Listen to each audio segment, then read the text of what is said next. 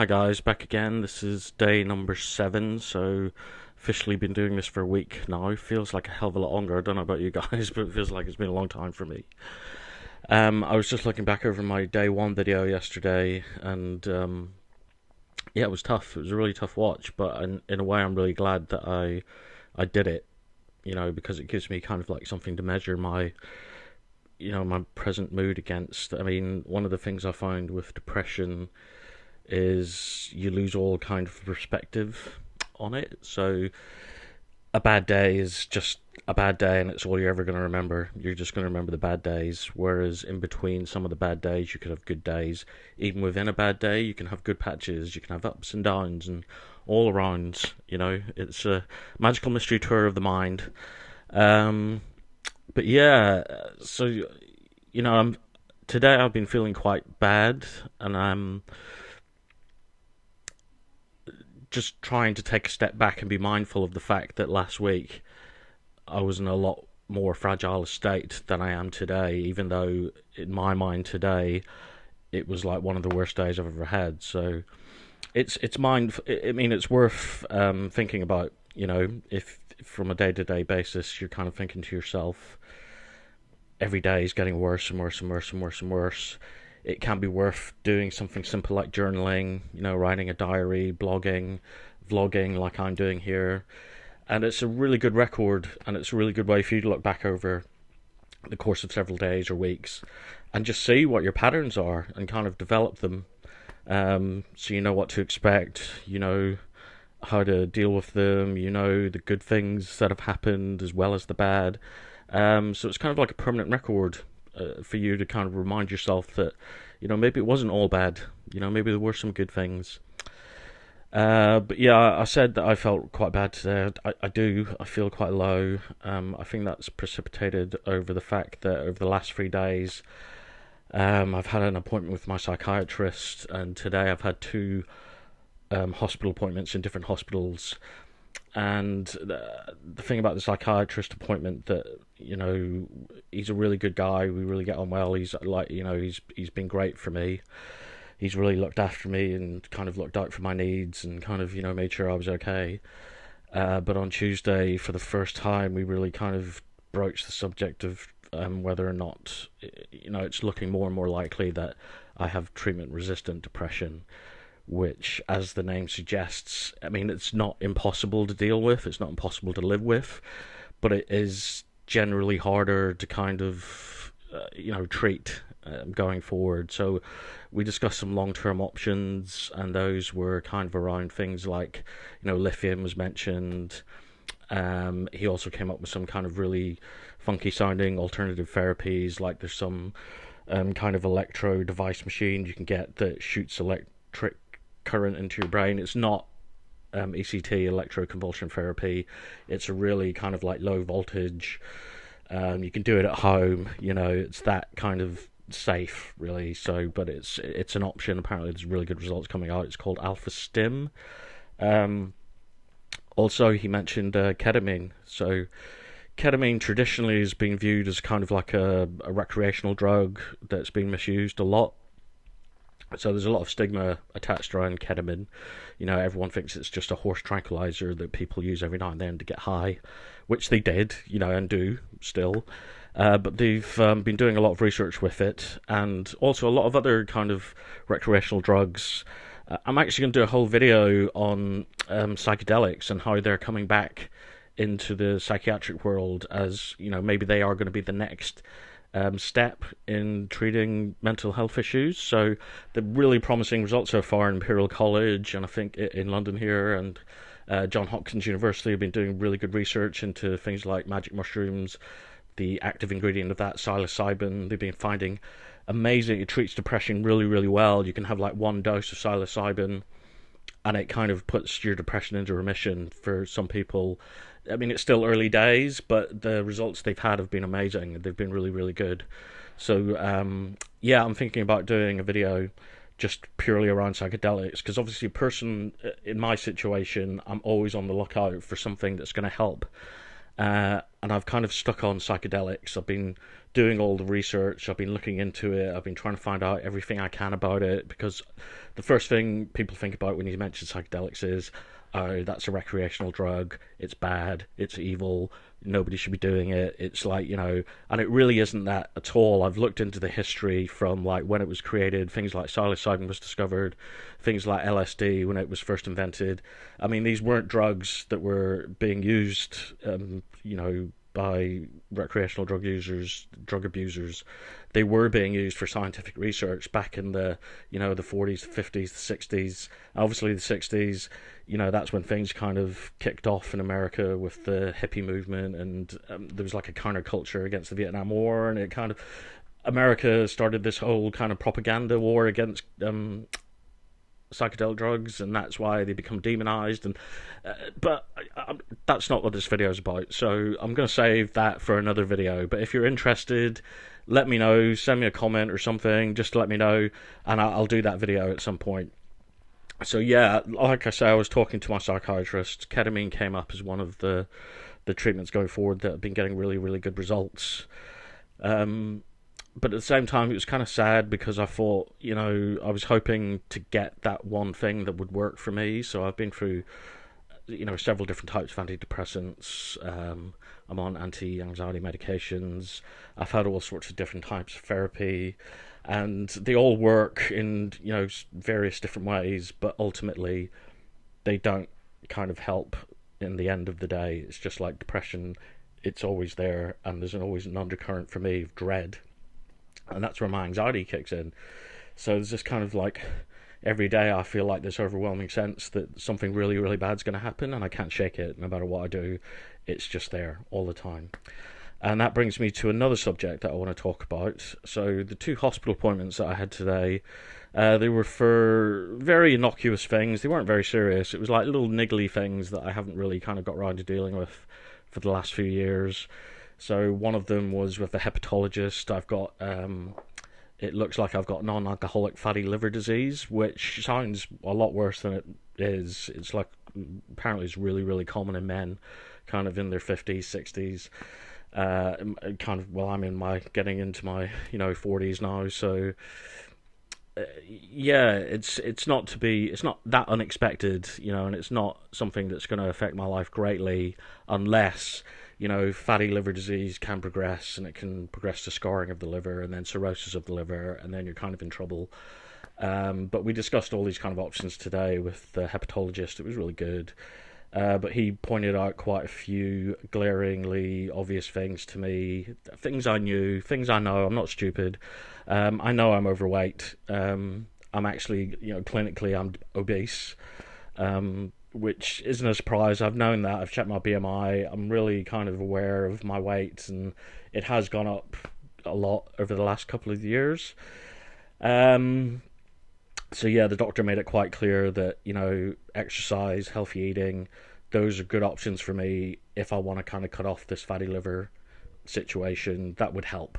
I mean, obviously it would help. I know that. I'm not stupid. I know I've been piling on a bit of timber. I know that I'm not doing the right things. I know I'm not making the right choices. But yeah, that's sometimes what depression is. Depression kind of, it feels almost like it robs you of your choices, that you don't feel motivated enough to want to try even to help yourself in situations like that. And I'm going to get onto something else about that later on, but I just want to mention the other appointment that I had was with a neurologist. So I've been having a problem with one of my legs, just getting a random dead leg every now and then when I'm walking. It just, it's something I can live with. It's not life changing or altering. But she did a few exams and examined me today, and she's sending me off for an MRI on my lumbar spine. She thinks I might have spinal stenosis, which again sounds a lot worse than it probably is. It's just where the discs in your spine are kind of squeezing down on nerves, and it's causing like problems in your limbs and extremities and things like that, and your lower back. Again, it's something that can be dealt with, and again, the obvious, like my weight's not helping in that situation. But I just want to get on to the main subject. I've waffled on around this subject, and I'm going to come into it now. So the subject I wanted to talk about today was just the mind-body connection. Because I think for a lot of people, there's still a kind of division there. There's still a very kind of there's a mental health and then there's your physical health, and they kind of aren't connected for a lot of people. Whereas for me personally, and this is just my own personal opinion, like I'm not a doctor, I'm not a psychologist. I've done a lot of research. I've done I've read a lot of books. I've done a lot of research on the internet. I've watched a lot of videos. I've watched a lot of TED talks, and my takeaway from the whole thing is that they definitely are connected. Like your mental health and your physical health, of course they are. I mean, when you really look at it, it's obvious. Like they have to be connected. And what I mean by connected is, typically that kind of sentiment of healthy body, healthy mind.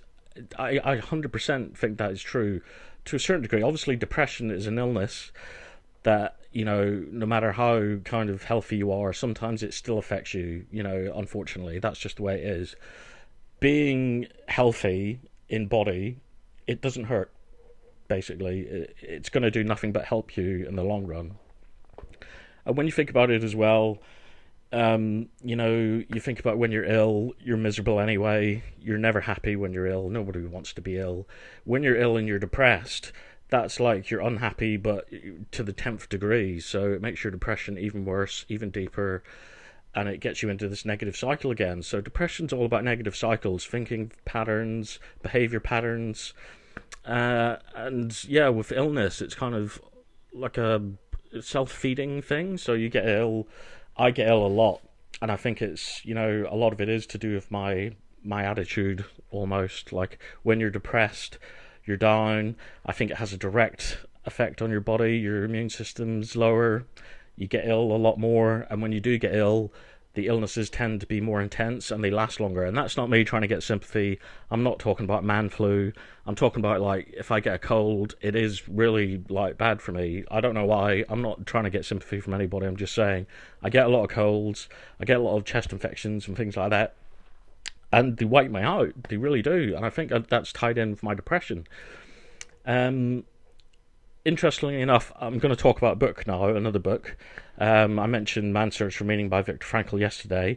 I'm reading a book at the moment called The Body Keeps the Score, and I have to get the guy's name up because I can't pronounce it. I think he's Dutch. Let me just... This is so unprofessional. I'd never make it in TV, being so unprofessional. But the book is called The Body Keeps the Score, and it's essentially it's by a man called Bessel van der Kolk. Bessel van der Kolk. And I'm going to put a link in the description below if anyone wants to check it out on Amazon. It's a really great book. I think he's a psychotherapist or a psychoanalyst or a doctor. He's some kind of doctor anyway. And he's been doing research for the last 30, 40 years into trauma. And not just trauma as in, physical trauma. He's like focusing on mental trauma. So things like PTSD, complex PTSD, child abuse, neglect, anything that can create kind of bad trauma in your mind. And it's like a step-by-step guide, like history of trauma, like from when they didn't even know what PTSD was. Back in World War One, they called it shell shock, that soldiers were coming back and they were distant and they were just disconnected from life, and they couldn't talk about their experiences. People didn't know what that was back then, and then he first kind of came across it when he was treating Vietnam veterans that had come back from the war. They were completely like destroyed mentally, and they were really failed by the American government. And I'm not slamming the American government here, but they were really kind of like abandoned, and no one wanted to know that like these people had come back. They'd fought this war that was pointless, a lot of people thought, and they'd seen and done terrible things. They were forced to do and see terrible things, and they were affected by that, but no one knew what to do with these guys. So these guys were coming back and they were traumatized. And it was only around, the 70s or so where people started thinking, well, what is this? Is this like, this must be, we must be able to like find what this is and treat it. And that's really where the first work with PTSD came in. And then he goes into lots of other case histories about, various traumas that people go through. So, things like severe accidents, violent assaults, sexual abuse, child physical abuse, emotional abuse, child neglect, and all these things that they have an effect on our minds. And he then goes one step further and says that it's not just an effect on your mind, but prolonged long-term abuse and trauma, it affects you physiologically as well. And that may sound crazy. It may sound like mind over matter. It sounds really weird, but it's not when you think about it. For me, as an example, that underlying sense of dread that I have all day long, it means that my fear response is heightened. My startle response is heightened all the time. I'm always ready for action, even though there never is any action. But yeah, my body's primed and ready to go, and that means it has to produce more stress hormones, so things like cortisol, adrenaline, and those things are only supposed to be around temporarily. They're supposed to, like, in really serious situations where it's like fight or flight, that's where you're looking for your stress hormones to kick in, give you that little burst of energy to get you out of a situation or to fight your way through it. They're not supposed to be hanging around for no reason, just swimming around. Your body's not designed to cope with that kind of, like overexposure to stress hormones. It just isn't. So what you find is people who suffer with anxiety, complex PTSD, they do become physiologically changed because their body has to adapt to the fact that, these things are happening. It really is happening.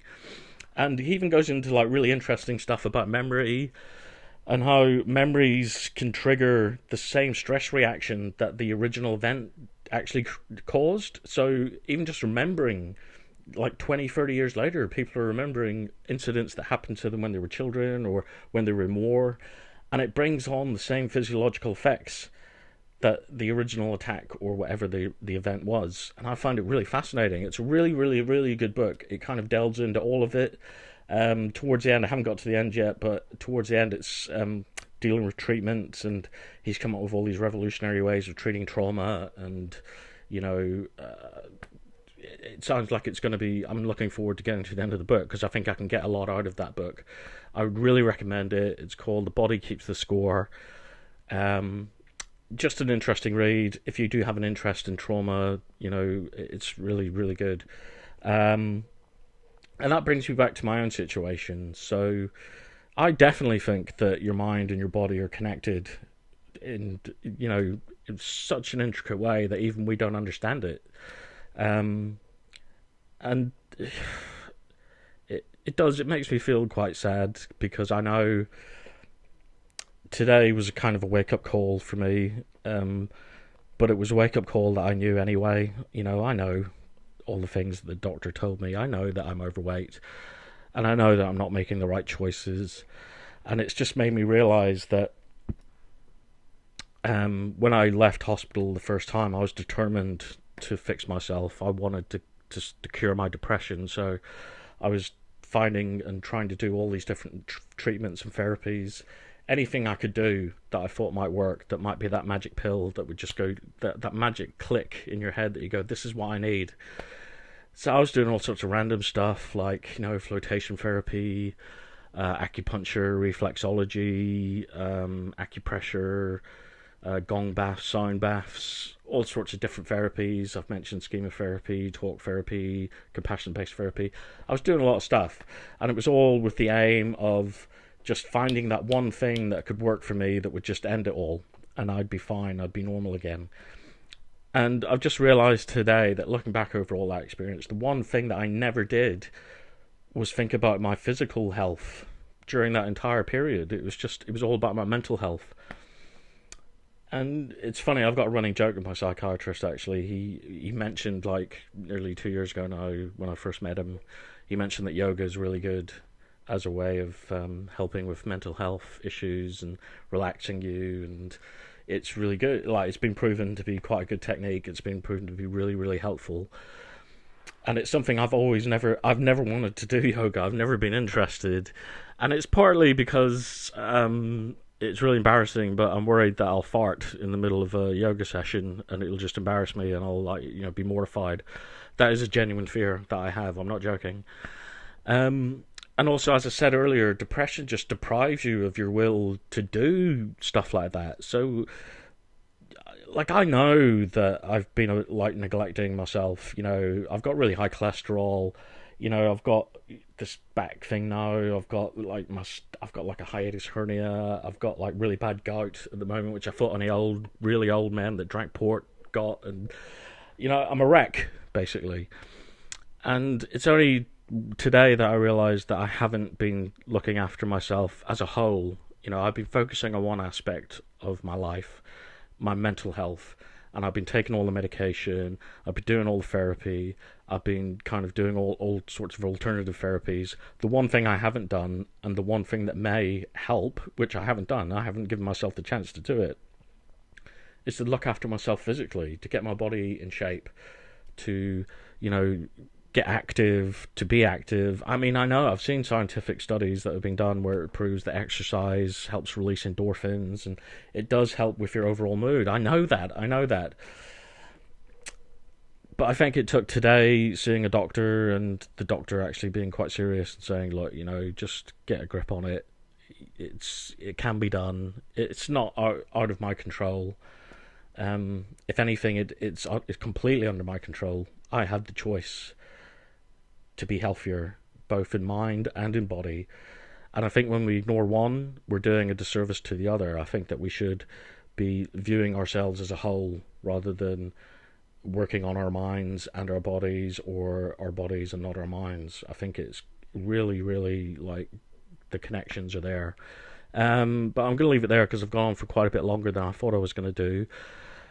I hope people may have got something out of this. I don't know. I'm doing these videos because, partly from, as I say, for myself, so I've got a record. I can go back and look at things and say, oh, maybe it wasn't that bad. Today felt like shit to me because of the realizations and the thoughts that have been turning around my head. But when I think back to last week, I was a wreck last week. I mean, I was really low. I was rock bottom. And I don't think I'm there today. So, I mean, that in itself is, it's good enough for me for now. In the meantime, I'm going to have serious think about doing yoga. Lay off the beans if I do. But yeah, like I say, I'm going to put a link for the book, Body Keeps the Score, down below if anyone's interested in reading that. Like I say, really good book, just in terms of the history of how they came around to developing the theory of post-traumatic stress and the treatments and things like that. So yeah, give that a check if you want. If I could ask and be really cheeky, if you're watching this video, if you haven't already, could you please subscribe to my channel? I welcome any comments or feedback. Help me improve my performances, I guess. I don't know. Just let me know. But I'll leave it there for now, guys. Thanks for listening, and thanks for being there. And take care of yourselves. Okay.